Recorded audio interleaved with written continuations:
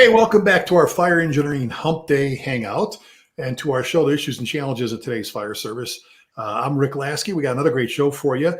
And we've got we're hoping we'll get our last partner here to join us with our regular Humpday team.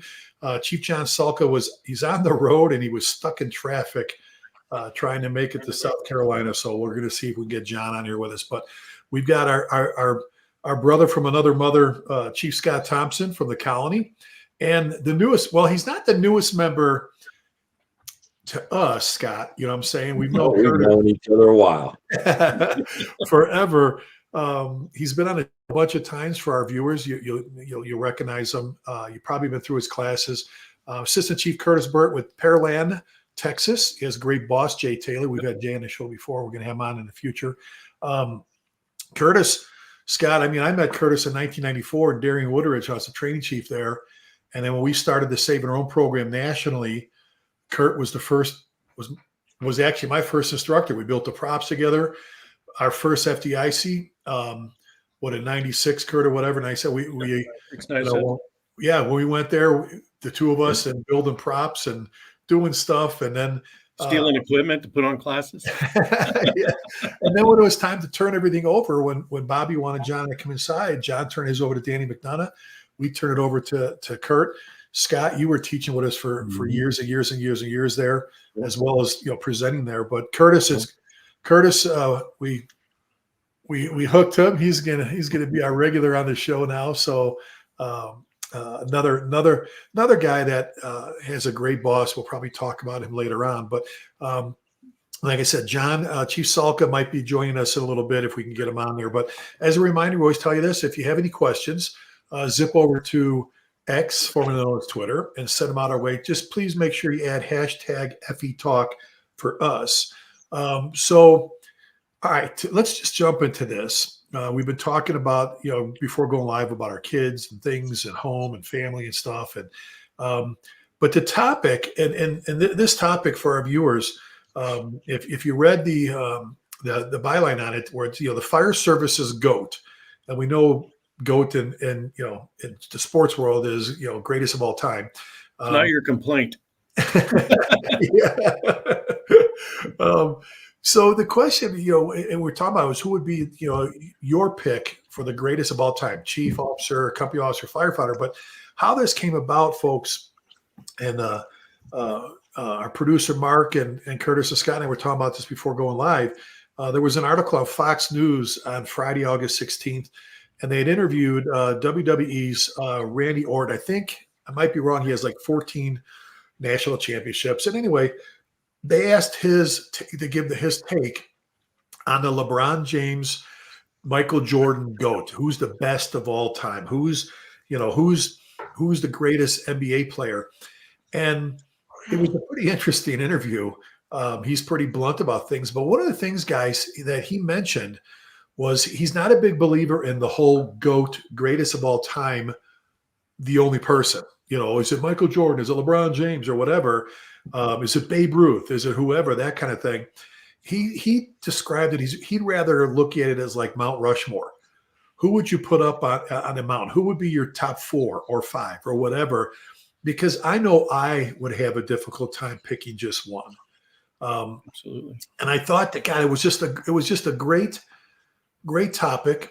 All three of us have sat around and talked on this show and at conferences and just bullshitting about our mentors in our lives. We've done shows on them, Scott, before. But what do you think about that concept? I can't pick just one. I don't know about you guys. Scott, can you pick just one? No, and I think you got to break, man. You look at one, a chief who had the greatest, maybe leadership influence on the fire service, and guys that are teaching, and then those firefighters. Of course, you can only really comment on the ones that you worked with and know about. But no, I don't think you can pick just one, because there's several areas that they influence your life. Did they teach you a skill, or did you train together? Did you go to fires together? Is it somebody you sat in classes? So no, I think you got to have a couple. Well, and I couldn't do one. I couldn't pick one. I know I can't, and I don't want to embarrass you guys, but somebody posted something yesterday, day before, about a program or whatever, and about things about this, and right away they popped off about everything they've learned from, and please don't get mad at me, Scott, because I know you don't do well with compliments, unless it's complimenting your guys, which we'll talk about that again. But all the stuff this guy learned from the great Chief Scott Thompson and Curtis. I've watched you for decades with how students light up around you, and we know about John Salka. We know, Well, Rick, we're going to talk about you too, though. You're tremendous influence on both of us, and you would certainly be on my list. And that's just not because you're hosting me, but man, you taught me how to be a fire chief. The ones that influenced me before you. You had a lot of work ahead of you to turn me around. So you're going to be in that conversation too. Well, thank you, Scott. But some of the guys I know I already have in my head, I'm going to be talking about are ones that did just that for me, changed my life. Curtis, with all the people, like I said, like Scott just said, I don't think you could pick just one either, can you? Oh, no, I could have when you sent me this yesterday, I'm like, for each one of these, you can have 4 or 5 different people, for a chief, a firefighter, an officer, but you can also, like we were talking about before, it's also generational, who I had as a rookie versus who I had as I had a couple of years on the job versus who I've got. They're different and they change. And there's different traits. Well, and one of the things we've talked about in the show before, what I admire about the greatest leaders, the greatest bosses, greatest firefighters, company officers, and chiefs. Let's put them all in one family there, one group. First of all, you've heard me say it, all the leaders, the greatest leaders I've studied, the greatest leaders I've worked with, alongside, worked for, all have one thing in common: they value family. And I'm looking at the two of you right now, and if John was here, same thing. I'm just gonna be selfish here and say I'm looking at 2 guys right now on the screen that value family more than most people I know, and that's been a trait that every great leader I've studied, they all value family. The other thing is, and I think our group, the people we run with, are very well grounded. Our saying, egos eat brains. And I meant that as a compliment, Scott. You and Kurt both, Johnny, you're the worst at taking compliments. If I talk about how great you are, I go, yeah, shut up, Lasky. I'm the same way. It's like, I know, we just love what we do. We just love the fire service.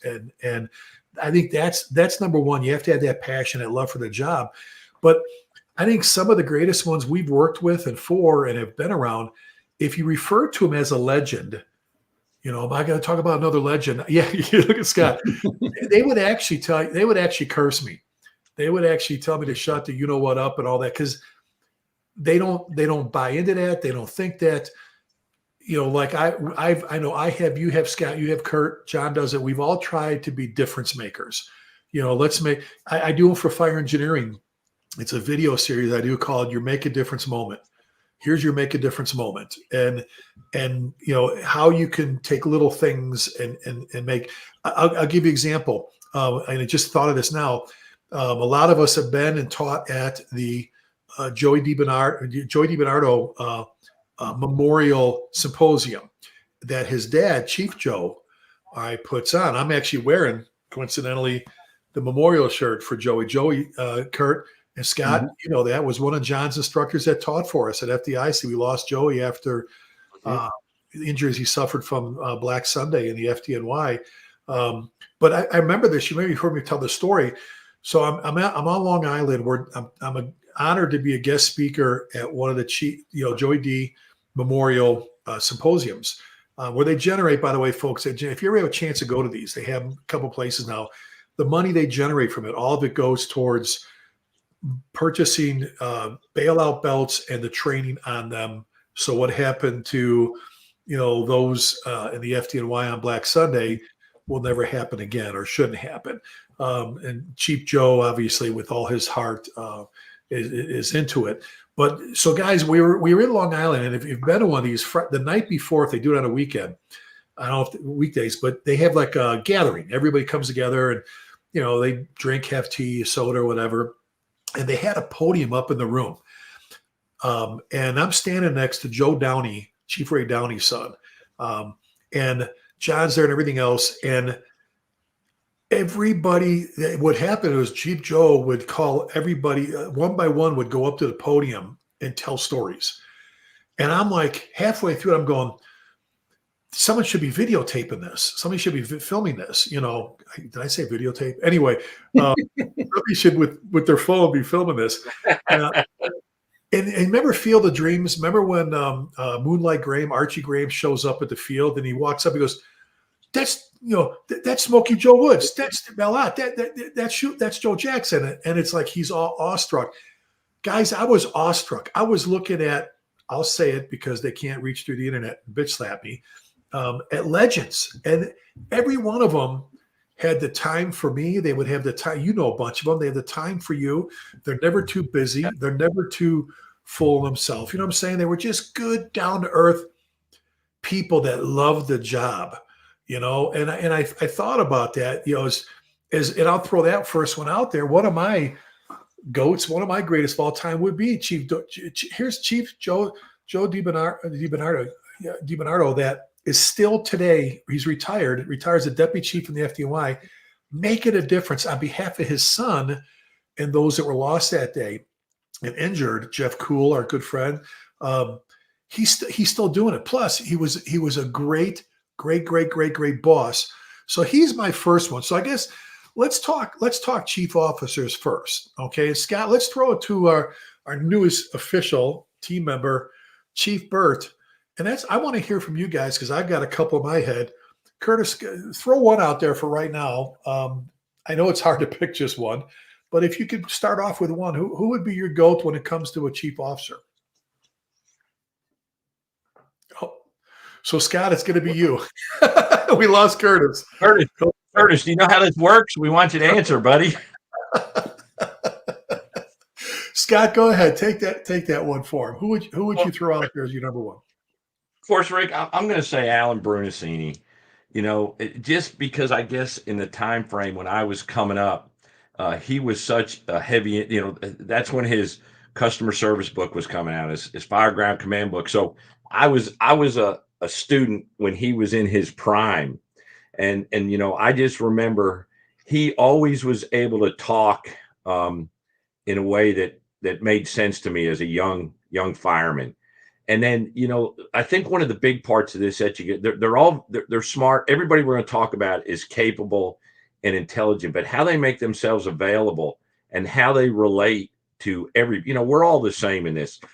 People have been given some opportunities to do some phenomenal things. You know, you look at Kevin Shea with what he was given up, you know, have great opportunities to really do this at the highest level. But Brunacini just was always somebody who was able to kind of speak my language and I guess shared some of my philosophies for what the job was. And then, you know, I know you don't want me to talk about you either, but Rick, you had a huge influence. And I just want to say this because of you know, Texas, you spent enough time in Texas, and I'm not going to mention any names, but I was programmed to be a certain type of fire chief.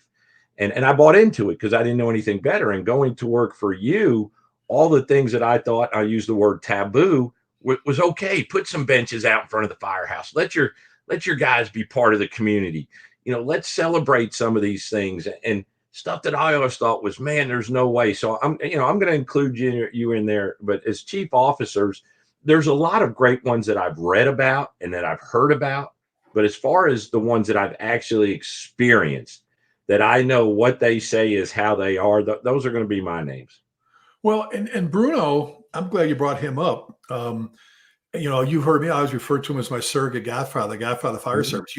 You know, it's sad because you go to classes now and a lot of students, you know, young guys and gals don't remember him.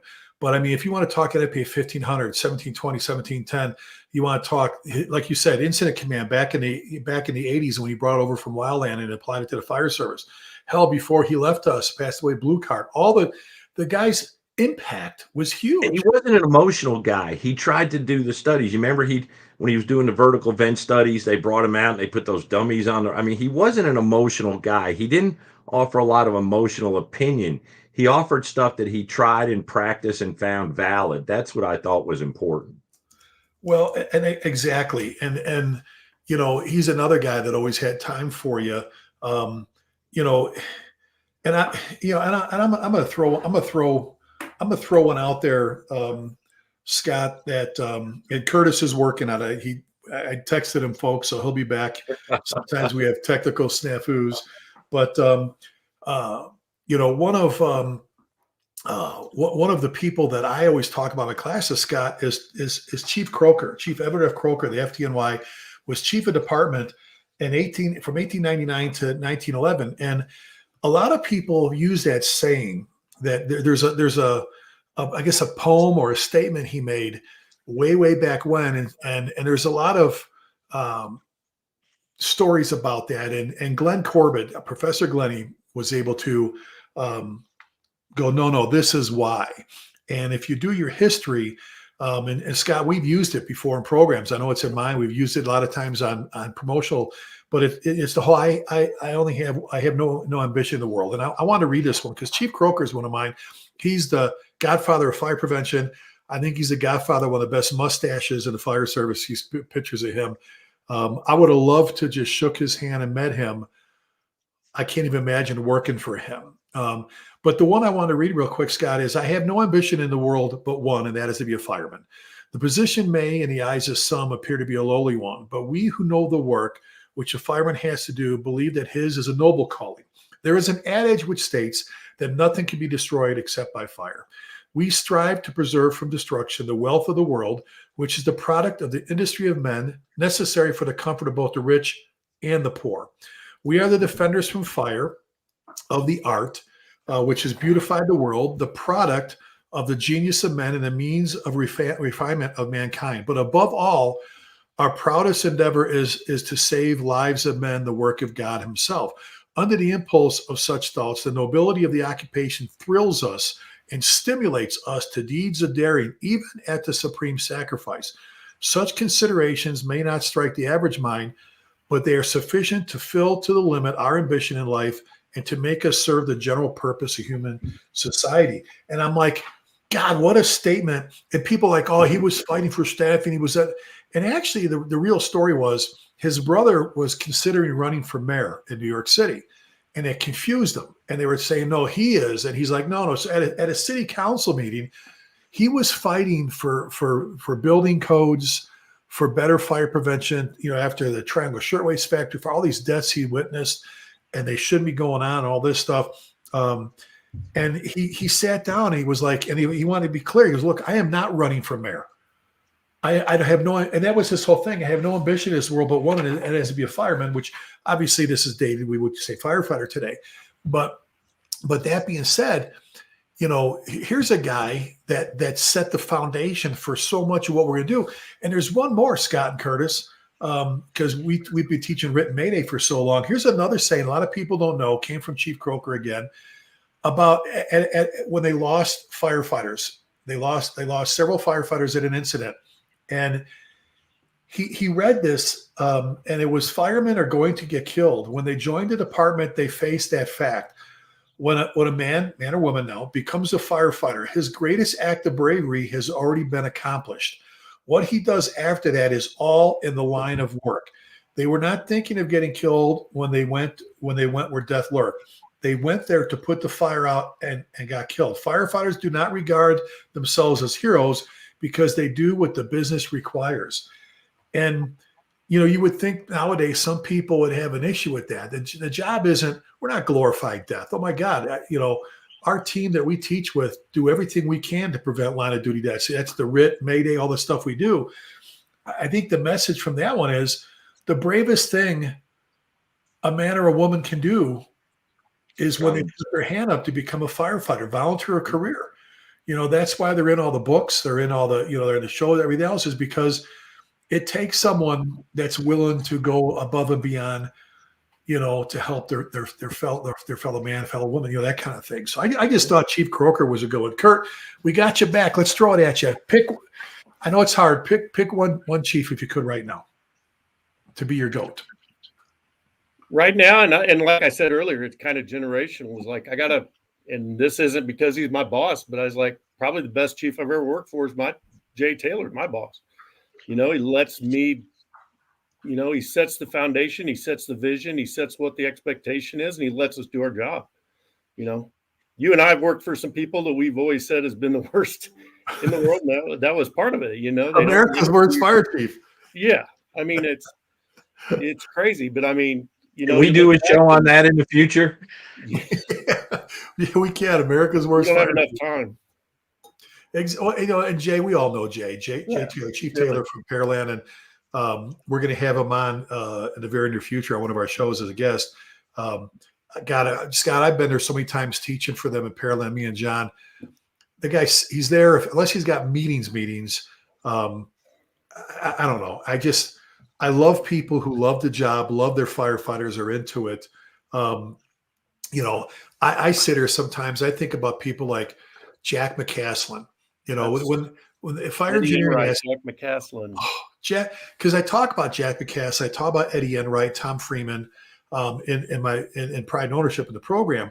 And one of the things I bring up, guys, is when Diane Rothschild asked me, I was honored to receive some recognition back in 2017 at FDIC, but we won't go down that path. I'm honored.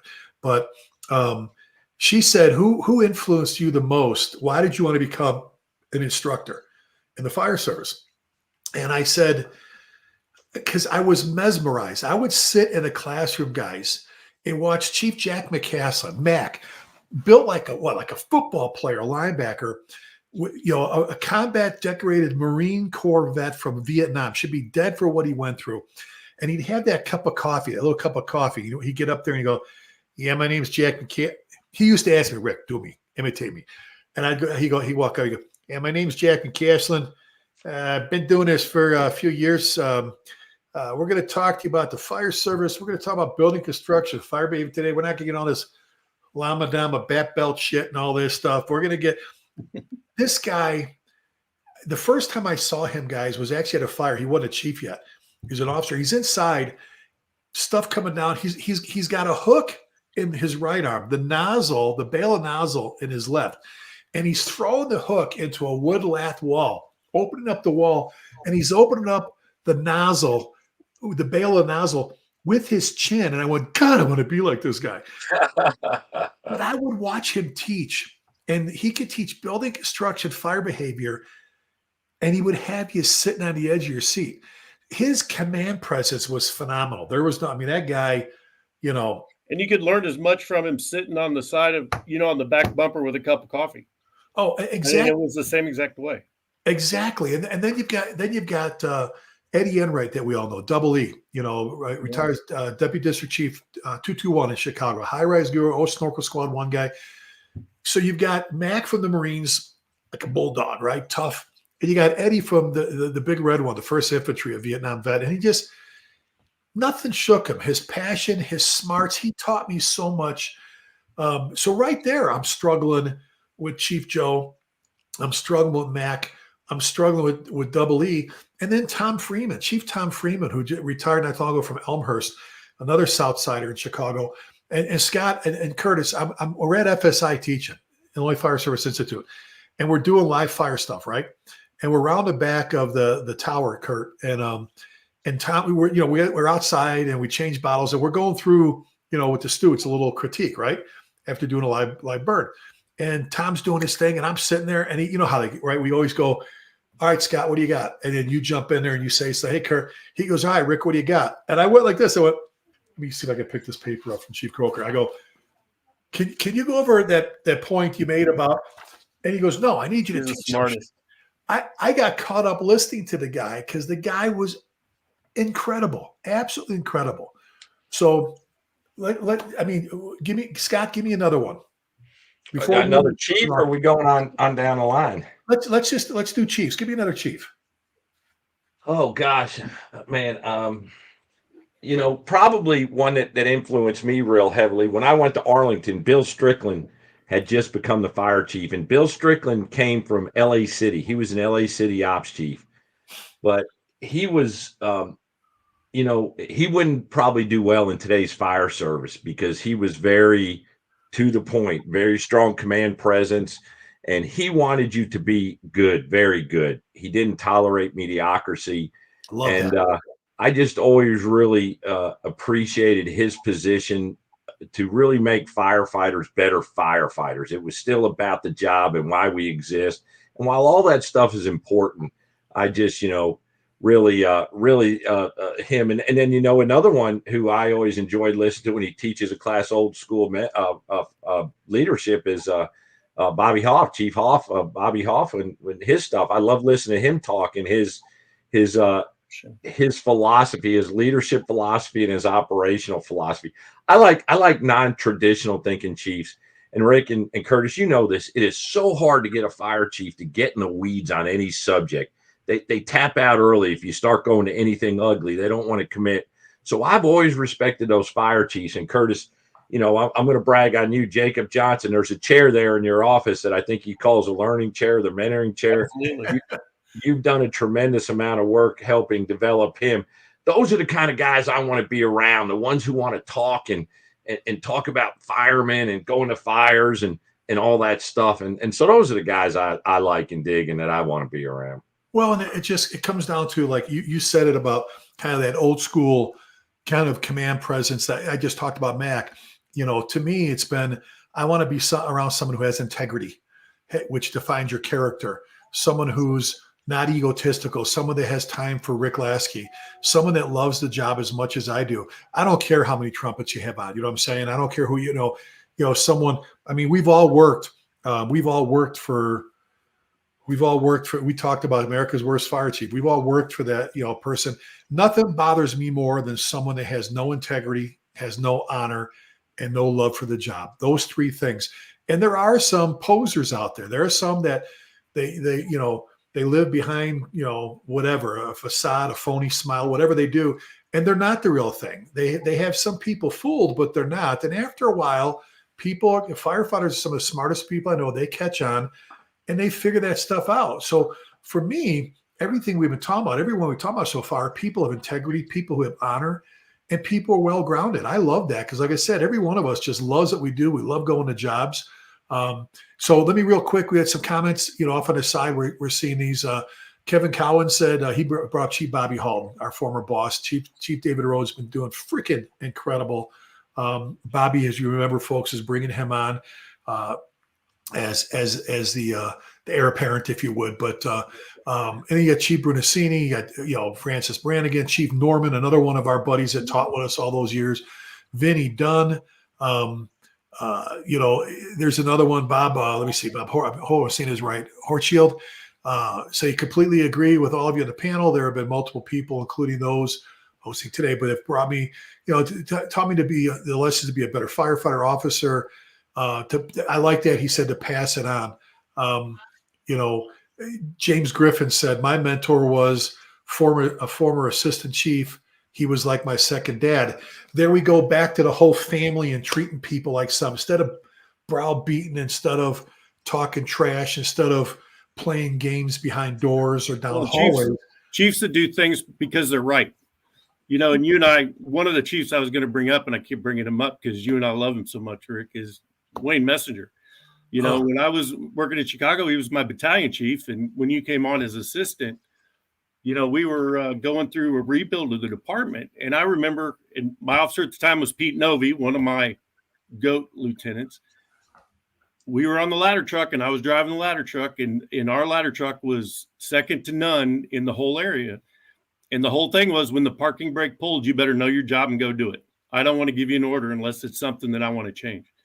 And we had a step-up driver, and we had a good working fire one night. And we get back to the scene, and the step-up or the stand-in lieutenant, because Novi was off, comes in and goes, "You don't do this and you don't do that." And I remember Chief Messenger Wayne coming in, and he sat down in the chair in the day room, and he just sat there.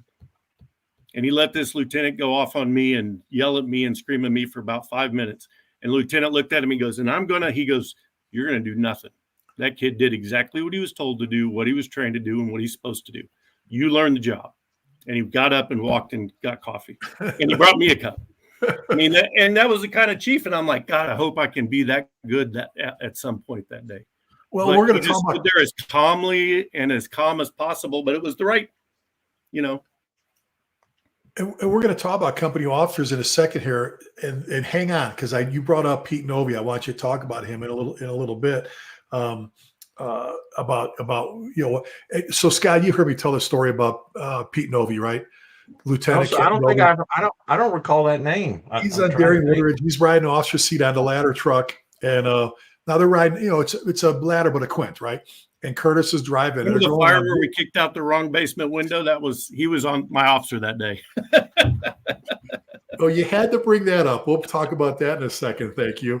But no, they're on their way on Woodward to these apartments, Scott. We got a job like on the third floor, and they're going to be first due. And Pete's going, Kurt, we got to pull a line. He's going, no, we're going to pull. He goes, no, I'll grab the can. He goes, so they're having a little discussion in the cab. This is one of those hold the line kind of thing from Curtis, hold the line. He got up there with the pump can and put it out. But yes, so I didn't feel good, Scott. I had the flu. We caught a house fire, a job. I responded with my buggy. I get there. Wayne's got command. He's going to give me operations. As I get out of the car, I hear Pete. Pete's in the basement with Kurt. They got the fire in the basement, and Pete's yelling. He goes, I need the backside of this place ventilated. I need a ventilator right now. Got a lot of fire in the basement, and we're pushing. And I was OV getting ready to take the glass. Yeah, I turn to Wayne and I go, I got it. Because everybody's still arriving, right? So there's this story and a half frame, peak roof, gasoline, asphalt siding, plastic. The door's open, there's smoke coming out, the smoke detector's going. So I go up and I'm going to kick out one of the basement windows, and I start kicking, boom, boom. And Wayne's going, Rick. I go, wait, boom. He goes, Rick. I go, wait, boom. Rick. I go, what? And I kick, smash, smash, smash. He goes, that's the wrong house. And I go around to the Delta side, and sure as shit, just step back is this tri-level going, ginning, right? Fire. I'm like, I look like this. Now, real quick, so a cat runs out of that broken window, out of the house that's not on fire, runs into the one that's on fire. 3 different times, guys kept coming out to heroes with this cat. And we're like, it's like Uncle Buck. We don't have a cat. So they throw it down, the cat run back in, or someone else will bring out, let I rescue the cat. So when I left Dairy Woodridge to go to Coeur d'Alene, Idaho, one of the gifts they gave me was a picture frame, and the glass was broken. And it said, hey, Chief, where's the fire? So thank you, Curtis. I appreciate it. All love, brother. Oh, but, so Ray Downey's another one, Chief Downey. Absolutely. And I got to talk about one more chief before we move to company officers. Chief Bob Rubel was my chief at Bedford Park. Bedford Park is the station I worked at for a long time was about a block from Midway Airport. Bedford, surrounded. They got a great boss there now, Danny. Sean Malloy was there. But I would not be in the fire service today if it wasn't for Chief Bob Rubel. Back in 1989, I went through a relationship failure. One of my good friends was killed in the line of duty. My ex moves to Texas with my boy, which is where I need to be even right now. I went through a very bad time, and I ended up not loving the job. The pride and worship love for the job. In fact, I hated the job. I was working at a station, a block from Midway Airport. You both know where it's at. I was sent there with 10 guys. I was the only one there pretty much that didn't have a kid as old as me. I was the only one that didn't drink alcohol duty at the time for the most part. And it was years and years and years ago. And I was sent to drive the ladder truck and cook for him. And I remember walking by his office at headquarters. He calls in the office, says, sit down, close the door. He proceeds to yell and scream and holler at me. I know you're not supposed to raise your voice nowadays. People get a little, sensitive. He yelled, called me names, cursed me, kicked me out of the office. So about 2, maybe 1 or 2 work days later, I'm walking by, and Scotty calls me back in. Kurt, you know this story backwards. Yeah. He calls me in. He goes, come in, sit down, get close. And he yells at me again. And he kicks me out the door. Now, the second time he kicked me out of his office, the light bulb came on. And when the year he retired, I just found this when we moved, I had a copy of the letter. I hand wrote him a letter. And I told him, I wrote, it was it took me 5, it was 5 pages. It took me 2 weeks. I kept revising it because thank you wasn't good enough. I wrote him 5 pages. He wrote me 1 damn paragraph. That's not fair, by the way. Anyway, and in the paragraph, he said, first line was, Rick, glad to see everything worked okay for you. I'm like, thanks, Chief, for that vote of confidence. At the end, he said, give everybody at home a hug for me. But in the middle, he says, all I expect from you, Rick, is that when you become a chief one day, and one day you will, that you take care of another good young firefighter like I did you. Some people are worth saving. And I've tried to remember that some people are worth saving. And the letter I wrote to him was, I know you'll never agree with me, but I would not be in the fire service that one for you, for what you did. You sat me down. You stood me on my head. You yelled at me. You cursed me. You called me names, and you called me stupid. You know how many people would grieve that nowadays? Knowing I could have grieved him, Kurt, and walked across the street to City Hall and grieved him. He changed my life. He stood my, and I told him, I said, thank you is not good enough. I'm indebted to you. And, John's been on the show before, Kurt. I'm sure you've seen it, where we did a show called Working for That Tough Boss. Working for a tough boss, and sometimes you need to work for that tough. I would not be where I'm at today if it wasn't for several tough bosses that were more worried about me doing well, surviving, and my growth in the fire service, being a better person, than they were worried about themselves getting grieved or in trouble or whatever. And I had to throw Bob Rubel out there. And how many of those people, and we talk about it all the time, the way that you handle me and fix my problems are going to be different than both of you. And it's us as leaders and as bosses to figure out how we have to deal. If he would have came with you and rubbed you on the knee and said everything's going to be okay, would that have helped you as much as he knew you? He got to know you. He got to know what made you tick. And that's what I think some of these people are. They know how to teach you. They know how to mentor you. They know how to inspire you. They don't just one size fits all. Well, and that, right, you become an enabler, right? And the good, strong bosses, our mentors, the ones, Scott, you talked about earlier. I mean, certain people, whenever someone says, some people may not like working for this guy, I tell me, because I want to hear it, because I probably want to work for him. Because when we refer to America's Worst Fire Chief, we know what we're talking about. When we refer to those, Jack Bacassa loved the job, loved his firefighters. But you'd get an earful from him if you screwed up, but he loved you. That was it, that tough love, the parenting that, otherwise Curtis said, here, take this fork, go stick it in the outlet. There you go.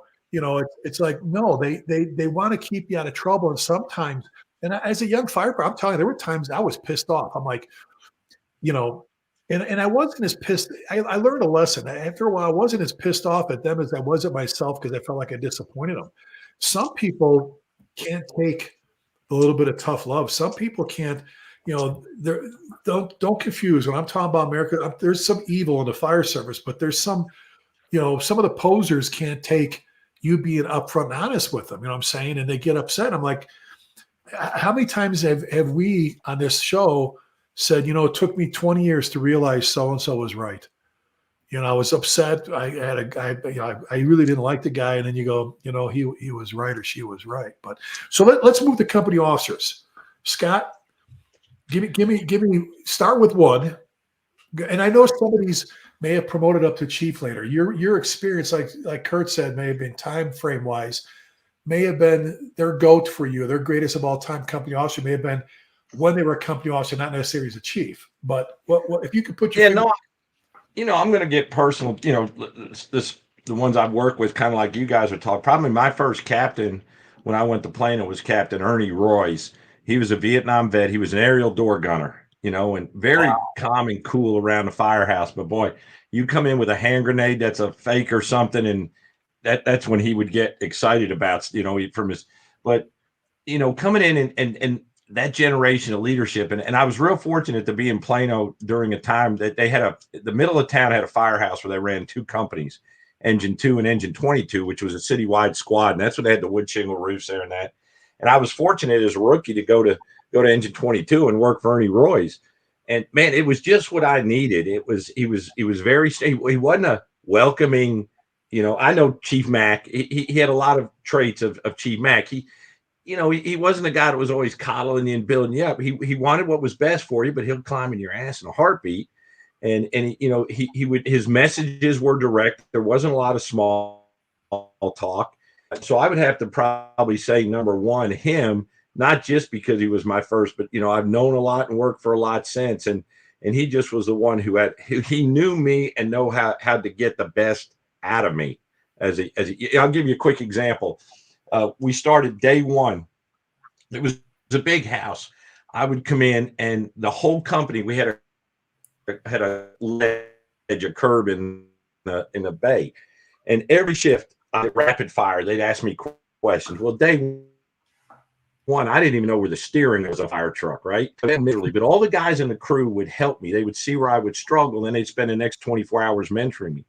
That went on for about 6 months to the day, and I would be sick to my stomach until it was over. So here we go, gets on the PA on the overhead, everybody out on the apparatus floor. So they're all sitting there, ready to, my nickname was Gino, ready to take some shots. And Ernie said, all you characters stand up. It's Gino's time to see what you guys know. And that was my rite of passage. So I got to sit down. All these guys now are standing in front of me, and I got to ask them questions. And that was his way of saying, you're kind of part of us now.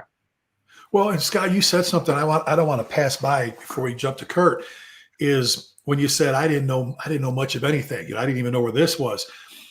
I'll go back to us again. None of us are perfect. In fact, we're the least perfect people we know. Each one of us talks about our deficiencies, right? We have no problem sharing, whether it's on this show or in our classes or with our people, the mistakes we made in our career. Some people, you would think, here they come, they walk on water and they have no, you know what, that's what this is. This is paperwork on me. I bring it with me everywhere I go. You know what I'm saying? But I think that itself helps. That's one of those bricks in the foundation that makes for a great leader, where you're willing to admit, I'm the least perfect person. I know I make mistakes all the time, but as a great boss, the other people we've been talking about, as tough as some of them were, and Eddie Enright was as calm as they come from in Chicago until you got a yo pal. If you got a yo pal, you better run. But they didn't hold nothing against you. They didn't get their feelings hurt, or they did whatever. Some people can't let go of the hate or the anger or whatever. And it's like, I remember there's no resiliency. The resiliency is gone. Scott and Kurt, you both know this. I went through a very tough time in a fire department with an internal affairs investigation. And one of the captains today, Captain Randy Cade, who I adore, everybody knows Randy. Randy still to this day loves the fact I brag about it, because he was involved in part of this thing. And there was some discipline. And till this day, he's one of the best captains I've ever had the honor to work with, to ever have worked with me as a fire chief. And I love that about him. And he's like, please tell people that story, because if I could change, there's a great mentor, a great leader, Captain Randy Cade from Louisville. But the day he came back, I sat down with him. It was his birthday, brought a little cake. We're having coffee. And he finally goes, oh, what's going on? And I go, what do you mean? He goes, aren't you pissed at me? I go, why? Well, this. I go, no, you stepped up. You said, hey, I own this and we're done. Was I supposed to hold this for 20 years? But some people can't do that. Some people can't let go of little things or whatever, especially, Scott, if they got their butt chewed maybe, or somebody, it's that whole we can agree to disagree thing. Well, they can't. It's either their way or the highway, and that doesn't work, when it comes to that. So, I mean, like we've always said, bring them into the office, take care of business. When the doors open, it's all over. That's it. Learn the lessons. We all take our stuff and let's move on. Kurt, go ahead. I'm sorry. Go ahead and talk about your GOAT, your greatest of all time. I know there's several. Pick a company off to start with. I think a couple of, we've talked about Pete Novi a lot. Pete was just a great mentor, a great leader. He was one of those that he expected you to do your job, expected you to know it, and he expected you to teach others that job. Fire service family, 2 brothers that were also great officers. I'm sorry, go ahead. No, I mean, it was great. And he taught you a lot about being responsible for your part of the job and your part of it, and making sure you're passing on every day, and he was one of those that he was very old school. If you didn't do it right, or you didn't hold up to his expectations, he let you know it. But, he'd be smoking a cigarette back in the bay, drinking a cup of coffee, and he goes, kid, come here. Okay, here we go. We're getting a lesson. You'd go over and get it. And it would be 2 seconds, and he goes, all right, go back to work, and you knew, and you wanted to always please him. You get these officers where you just kind of get by so you don't get in trouble, and it wasn't that. I walked in every morning. I would come in earlier, just so that I made sure that I always made Pete happy. Try to beat him. Try to beat him into the firehouse. Oh, every time. It was a great. And so you got Pete. Bill Allen was that way for me in Bedford Park. He stood me on my head plenty of times because I needed it. I still need it, but I'm just saying. And I wasn't upset. I never got mad at him. I said before, I was mad at myself because I felt like I disappointed him. Absolutely. I didn't want to disappoint my boss. I didn't hold grudges. I didn't nitpick. I didn't, because we've said this before. It's one of the slides of my programs. You want to see the true measure of a person. Don't promote them or discipline them. All of a sudden, that all-star becomes a problem because they didn't make the list or they didn't get promoted, or every one of us is at a discipline people that we had nothing to do with it. We probably weren't even in town or at home. And they're mad at us like we did something wrong to them. Like that goes back to Captain Randy Cade. He goes, I messed up. Give me what you got to give me and let's move on. And isn't that what we want? We want people to act like adults, this super sensitive kind of thing. But Bill Allen was incredible. Lieutenant Bill Allen. Oh my God. I could have worked for that guy my whole career. Scott, you've talked about Pete Lund. John talks about Pete Lund. I want to throw one that the three of us know we're very passionate about this person. And he made it to a division chief, but you know where I'm going with this one is Tommy Schervino. Tommy taught with us. Tommy, little Italian guy. Oh my God, you want we all want to go back and work for him for the next 2 years. I wish we could all go back and work for Tommy. He's another one of those instructors. Before he passed, we lost him to COVID. Just ironically, in my memory, a picture showed up at FDIC, guys. It's so funny. It's so old. I'm wearing a Nokia phone on my radio harness. And he's sitting there with his iron worker helmet on, talking to students outside the abandoned building working on FDIC, the safety survival program. And my whole point was I miss teaching with this guy. The energy, these students, old and young, hung on his every word. The energy that guy brought.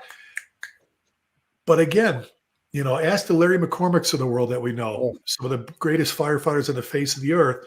I kind of jumped ahead here a little bit. It took him. He had to go through 3 academies to get there, but he was on my list. Stanley Cup, World Series, and Super Bowl rings. But Tommy was just passionate about the job. It's raining. He comes in with his milk crates. Boom. They're all locks. He would stop at buildings being torn down. He'd cut locks off of doors. And we'd be sitting at the kitchen table with the key from the K tool, or we've been going through, the guy was we were always doing stuff. His companies were always the most prepared. And even the guys that taught for him he was all about learning, and it was the detail stuff. Well, and Kurt, remember we talked about, we missed those at the fire. It's a video you can see. I'm on the roof cutting a hole. We have a mom and 2 kids trapped 3rd floor of the apartment building, and the crews in there were walking, not crawling in smoke. They kept stepping over the mom and the kid. Tommy gets up there off squad 1 from Oaklawn, masked up, gets on his hands and knees, boom, finds the mom. They bring her up, boom, finds the kid. Because he works like he trains, he plays like he practices. Everything was real to him. So Ricky, we were talking about Mount Rushmores, but just because you're talking about them, I had the opportunity, Tommy, Larry McCormick, and Mike Arrico and myself went up to Donnie Hayes' retirement, which you talk about being with 3 cool guys, Larry McCormick, Tommy Schervino, and Mike Arrico, who all rode the Oaklawn squad. And man, you talk about, and then throw Donnie Hayes in there. Donnie and Sal in there. Sit at the table in the backyard. But Tommy was always, I always comes in sitting down talking. And the way he would tell his story, and it was just, and then you have Larry, I don't know what happened there. But great ones. Well, like you said, all 3 of them, and Larry McCormick and Mike Arrico would be the first ones to say, right now, they would jump all over that. They're where they're at because of people like Tommy Schervino. Oh, yeah. Definitely. Well, so let me jump in here. Let's move to firefighter. You talk about top-notch firemen. Oh, top-notch. Absolutely. Just if you don't know who Mike Arrico is and Larry McCormick, you've been sleeping under some rock somewhere. But so let's do firefighters here real quick. We're just talking about it. And I won't get into Larry if you guys want to do it. For me, and you both know him, John Copeland from Louisville, Texas. John Copeland, a Marine, like a 35-year firefighter. He leads the academy in PT. He's a truck guy. He came into me once at Louisville as chief and said, "Chief, I just want to tell you, I'm not going to test for driver." And I go, he goes, I don't want to do it. He goes, I love what I do. He goes, but I promise you this, I'll be the best damn firefighter you ever had. And the guy is. And he's one of those we've talked about, the senior firefighter, the mentor, Scott, your mentor program, which I'm always bragging about, that he steps up. And when he said, I said, why do you love mentoring so much? He says, because I want to make a difference. I want to have a say in the future of my fire department. He goes out of his way to mentor and train and take care of the newest firefighter. In fact, sometimes the person who's having the most difficulty, the most problems, the most challenges, whether it's attitude-wise or just skills-wise or knowledge-wise, anybody can pick the all-star. Let me go pick your two kids, Scott, or your son, Kurt, are all firefighters now. Just go, yeah, I can go pick a Thompson kid or a Birt kid because they're in, I know their parent, and they're the easy ones because they're into the job. They love it.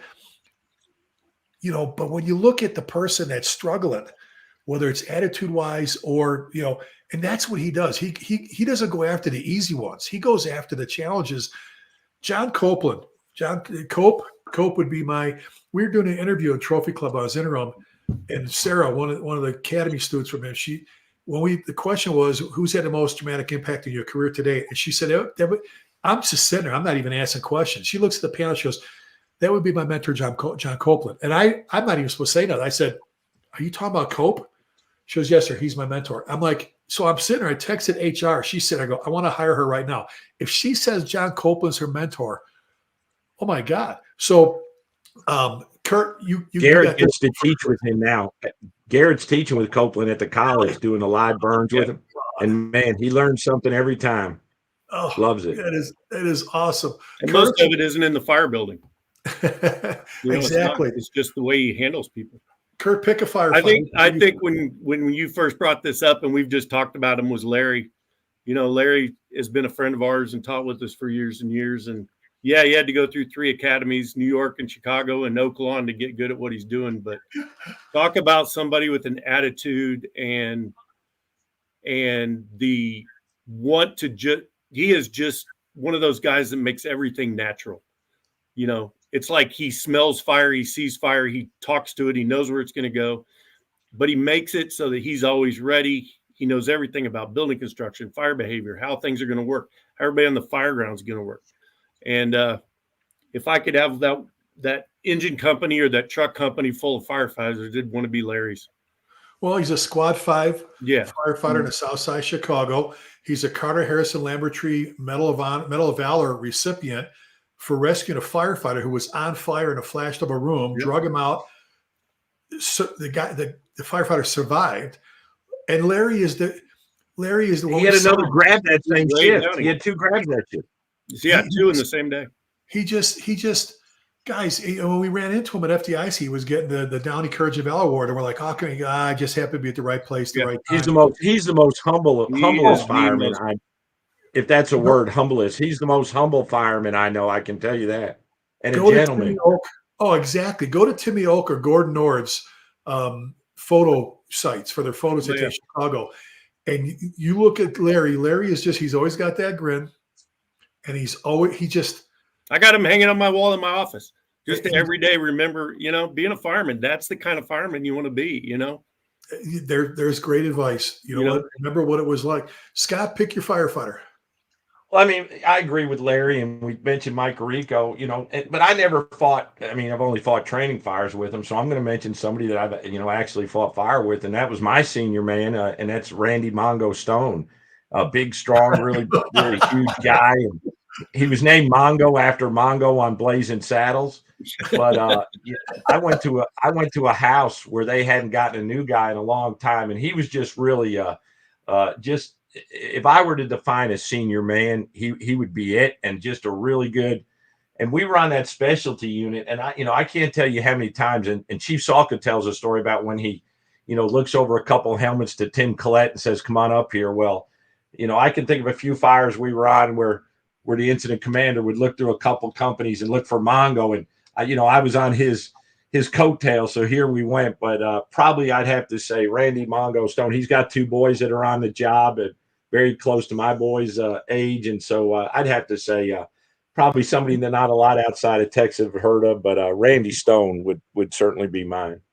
I just love the fact. I just love the fact that you call him Mongo. Because Mongo to me is Steve McMichael from the Bears, who just made it into the Hall of Fame. Yep. Yeah, it was brutal, but just, I mean, and we could actually, don't you wish you could go back in time and you could actually see what Jack McCassin was as a firefighter, Eddie Enright, Tommy Trevino, Ray Downey, Bob Rubel, Edward F. Croker, Chief DiBernardo, Bill Allen, Pete Lund, Tommy, all these guys we're talking about, actually see them as firefighters and all the different roles. If they're a chief, what they were like, and some of them we got to see. Some of them, we met John Norman. I know, Kurt, you and I met him when he was a lieutenant. Just to be on the rig with him for a couple calls would just, and reading his book. I mean, you read some of that and you're just, that is so John. Every time you read one of the chapters, it's like, God, how much would you have loved to have been there? Oh, and we've done that show before, Scott. Remember, If you could ride back, Kurt, you're on with us. If you could go work with someone, who would it be? Work a shift with someone or work in your valley place, who would it be? And a lot of the same names we talk about is like, God, I wish I could have ridden backwards behind Tom Brennan. I wish I could have been one of his firefighters. As much as I hate engine work, I'd love to have been with Salka on, the engine going to a couple fires. Just to, I could imagine that was the freaking greatest. 10 to 15 fires a day. Yeah. Something else, it kind of ties into the same, but we talk about Pete Lund. I met Pete in 92 before internet and all that. But when I went to Rescue 3, I had no idea who Pete was. And I wish today I would have known the icon. I mean, I quickly learned he was somebody special. And I remember, they put Blue Leader, they did on that in the rig on that year. And I remember one of the guys come up and say, this guy here is a real deal in FDNY. And, this young kid from Plano, he took me in and treated me, like I was the most important person in his world right there. But I wish I would have known what he knew then. I would have loved to have got further in his head, but I just didn't know at the time. No ego, no phoniness. No.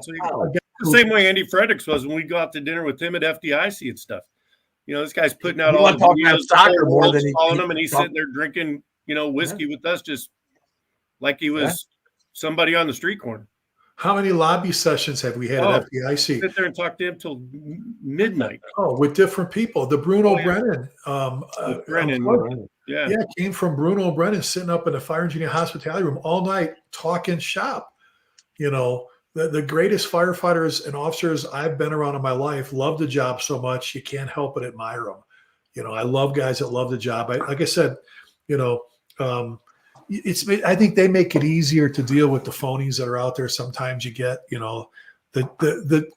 just Steve Chikarotis. Here's another one. God, there's so many. Steve Chikarotis from Chicago Fire as a technical advisor, but retires at DDC in Chicago. What an incredible fire. Last year's recipient of the Lifetime Achievement Award, and throw Bill Gustin in there. Oh, Bill, Captain Bill Gustin. Captain Bill Gustin in there. Oh, you go through the list. The guys we teach with at FDIC people like, well, doesn't the week get old? Well, yeah, it gets busy. You get tired, but it doesn't get old because you're sitting with the Mike Dugans and you're sitting with, Mike Gagliano's another one. You look at all these different officers and guys, and just like you light up when you see them. I learn stuff. I learn something about this job every day, and I'm always trying to make myself better, but oh my God, it's just, well, so let's close things out here. Scott, if you could give advice, we've been talking about, our topic was the fire services GOAT, the greatest of all time. Who would be your pick? If you got a room full of people like you do when you're teaching, and somebody says, so Chief, not that I have to be for ego, but if I want to be one of those people, I want to be that person that makes a difference, has impact. We won't call them the GOAT. What would you tell them? What would get them to where people would want to look to them like they look to the Larry McCormicks, the Mike Ricos, the Eddie Enrights, all that? What would you give them advice-wise? Well, you've hit on a lot of it, so some of it will be repeat. But the first thing I would start with is understand the opportunity you've been given and how many people would love to be where you are. That's got to start the motivation. And then what you said is, if you love the job, and if you love the people that love the job, I'm not going to throw the mutts in there, but if you love the job and you love the people that love the job, and if you position yourself either through your passion or your study or your commitment, and you put yourself in groups of high performing firefighters and just listen and just be a part of it, and really just go in with the mindset that when you leave, you wanted to make an impact. And it doesn't have to be on the national level. It doesn't have to be on the state level, but in your firehouse or in your department, and we say it a lot, but actually leaving your mark on the place and leaving it better than when you walked in the door. But this job will give you so much if you'll just give it a little. And the more you give it, the greater the return. You know, I just got back from Jimmy Ellis training weekend where I saw a bunch of guys: Steve Robertson, Jim McCormick, Paul, all those guys, Paul Combs, just a great bunch of group. Bobby Eckert. I mean, just in the bar, just talking fire, man. It was so freaking cool. And so you just give it some love, and it'll love you back. I love that. Oh, I love that. You know what? I think that's true. This is one of the professions, you know, one of those things in life that if you love it, it'll love you back. And, you know, look, it's a serious job. Not everything's happy. Not everything's fun. You know, but it's the greatest job in the world. Volunteer career, it doesn't matter. Being a firefighter is awesome. Curtis, what advice? That's great, Scott. What advice? I think when my son got on the job a couple months ago, one of the things I told him was, and we've always said this forever, learn something every day, and learn something and become as good as you can with it, and then pass it on to the next guy. Pass it on to the next firefighter that's coming up behind you. And it may be something that you're really good at that a 10-year guy, as you as a rookie, may not be good at. Help them. You know, it's our job to help each other and to love each other and to take care of each other. And the more we do that, the better this job is, you know. And don't let the negative and don't let the unhappy attach to you. Don't let them suck the passion out of you. Beautiful. And you can make every day a great day in the firehouse.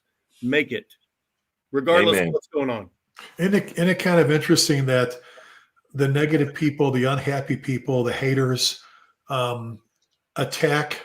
They don't attack other haters. They don't attack they attack the ones that are trying hard and all that. And, you know, I'll steal something. If John was here, I heard him say years ago that we were doing the issues and challenges, you know, this show up on the stage with Bobby, and somebody said, if you do it all over again, what would you do? He said, I'd spend more time with my family. And I start off the show by talking about what incredible fathers and husbands you are. You know, you're married to your best friends. We're all here because of them. You know, I learned that lesson a long time ago. I just learned it again recently. Family's the most important thing. There's nobody more important to me than my family. I don't care who you are, you know, and I talk about the greatest leaders and all that.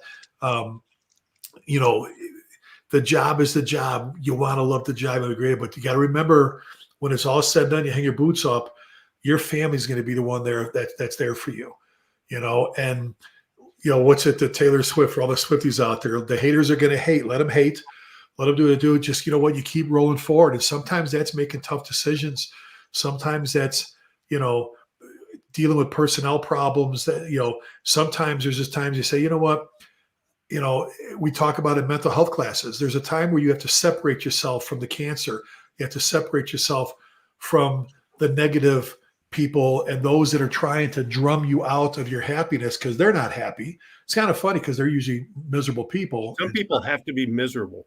Some people have to be miserable. Don't let it be contagious. Exactly. At the same time, you know, sometimes, you know, those are the people we need to work on too. You know, I'm one where I could be quick to write them off. We got to give them a shot, and that's why mentoring is so important. Exactly.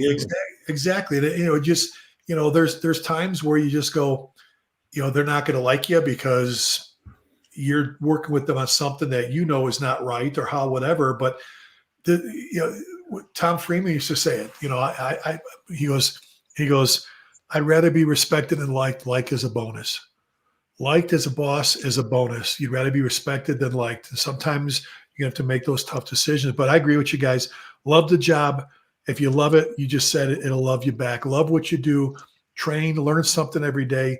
Make the place a little bit better for the next person.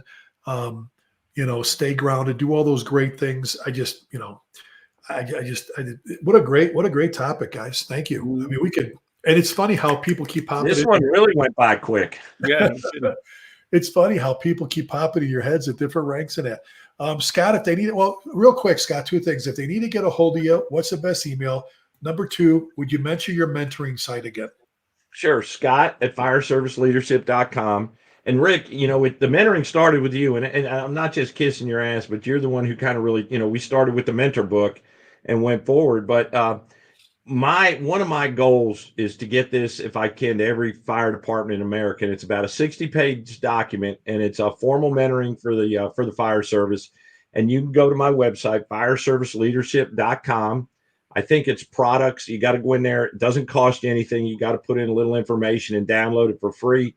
If you can't download it, email me at scott@fireserviceleadership.com, and I will send it to you. And I just want to say I have nothing at all against traditional mentoring, those relationships that we've all been a part of, where Curtis will seek out a young fireman or Rick will seek out a young officer and mentor them. It's for those quieter ones that maybe don't stand out or aren't the cool kids. They don't benefit from those.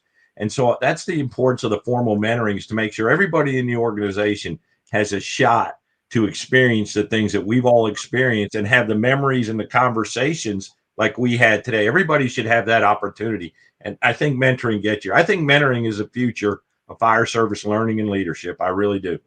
Absolutely. It goes back to Cope. I want to have a say in the future of my fire department. You just said it, Scott. The time to make a difference is right now.